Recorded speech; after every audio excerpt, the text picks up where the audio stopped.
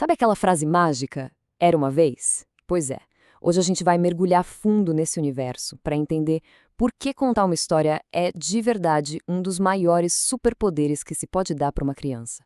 É uma ferramenta incrível de desenvolvimento. Vamos lá? Olha, e para começar, essa frase da educadora Fanny Abramovich já diz quase tudo, né? Ouvir uma história não é só passar o tempo. É o comecinho de tudo. É o que abre a porta para um caminho sem fim de descobertas para entender o mundo. É assim que nasce um leitor. Bom, para a gente entender de verdade o poder que uma história tem, a gente precisa voltar um pouquinho no tempo. Muito antes de existir livro, de existir escrita, a narração oral era o que conectava as pessoas, era o que tecia a cultura de uma comunidade. Pensa só nisso. As histórias eram a internet daquela época, a primeira sala de aula da humanidade. Era desse jeito que as pessoas aprendiam sobre o mundo, sobre valores, sobre as tradições. E é por isso que até hoje uma boa história prende tanto a nossa atenção. Faz parte da gente.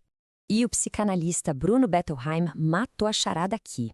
Os contos de fadas, especificamente, eles falam a língua das crianças. Sabe? Aquela lógica clara do bem contra o mal, os finais mágicos. Tudo isso funciona como um mapa, ajudando os pequenos a navegar por um mundo que, vamos combinar, muitas vezes parece bem confuso e até assustador.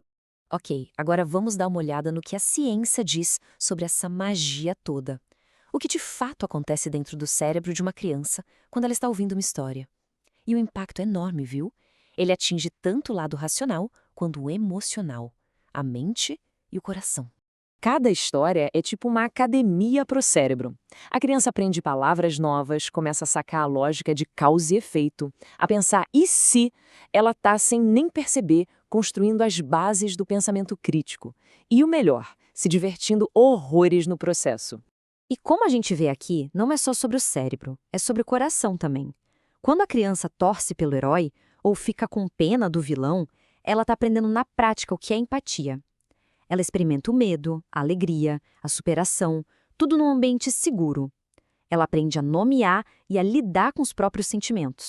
Certo, então a gente já entendeu por que as histórias são tão importantes. Mas agora vem o pulo do gato. A mágica não está só na história, mas em como ela é contada. E pode acreditar, existe uma diferença gigantesca entre só ler um texto e realmente contar uma história. Tá aqui a grande questão. Ler em voz alta é maravilhoso, claro, mas contar uma história é outra coisa. É criar algo novo junto com quem está ouvindo. A pessoa que conta usa a voz, os gestos, as pausas, ela sente a plateia, reage. É nesse momento que a narrativa salta do papel e ganha vida própria. Ah, mas como é que você faz isso? A boa notícia é que não precisa ser ator profissional, não. O segredo está na preparação. Quando a história é bem conhecida, como mostram esses passos, a narração flui com muito mais confiança. Dá para criar o clima certo, sabe? E prender a atenção do começo ao fim. Bom, preparação feita, agora é hora da ação.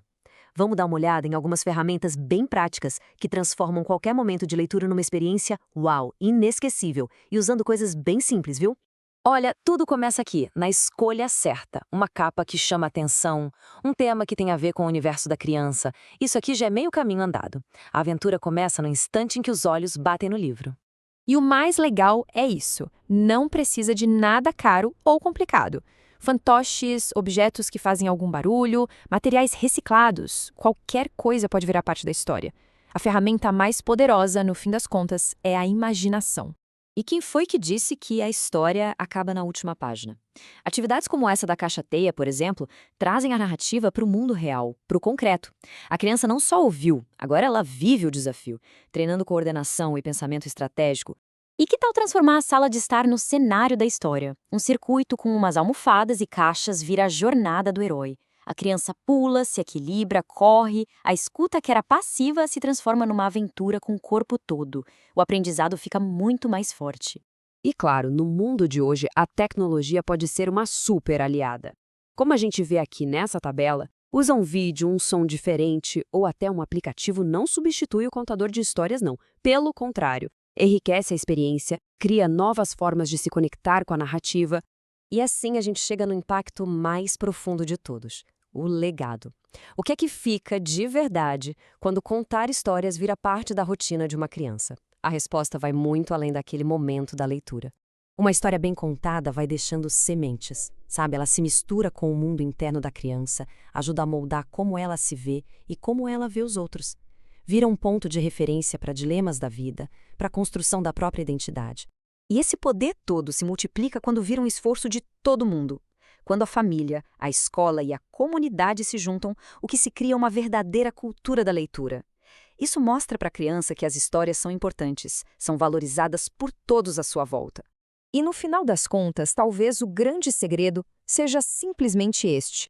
A citação da Raquel Vilardi é perfeita.